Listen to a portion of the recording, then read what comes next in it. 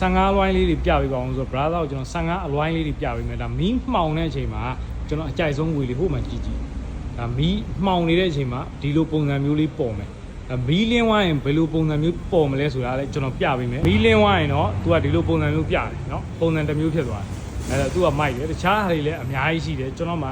၄ခွေတစ်စုံ12သိန်းရန်ကြီးစပြီးတော့ရှိပါတယ်ဒါလေးကတော့၄ခွေကို16သိန်း5000ပါเนาะလိုရတဲ့ဆိုရင်အလဲထက်လည်းရတယ်เนาะနေရမိုင်လည်းပို့ပေးပါတယ်တက်လို့ရတဲ့ကားကြီးလည်းကျွန်တော်ခုနပြောထားသလိုเนาะနောက်ဒီမှာတခြားတော်တော်လေးလာတယ်ကမြည်ချီအောင်လေး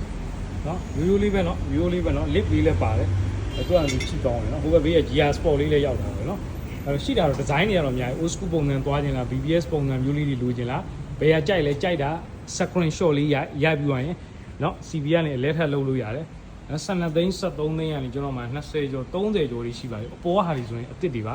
လုံးဝ brand new เนาะ color အများကြီးရှိတယ်ကြိုက်တယ်ကလေ screen shot ရိုက်ပြီးပါကျွန်တော် video ထဲမှာဟိုမန်ထဲမှာလာတောင်းလို့လည်းရတယ်ချက်ပေါက်ကနေပြီးတော့အလဲထက်လုံးမဲ့ပုံစံလေးတွေမျိုးမျိုးလာတောင်းလို့ရပါတယ်ကျွန်တော် video share ပေးပါအောင်15 site လေးတွေပါကျေးဇူးတင်ပါတယ်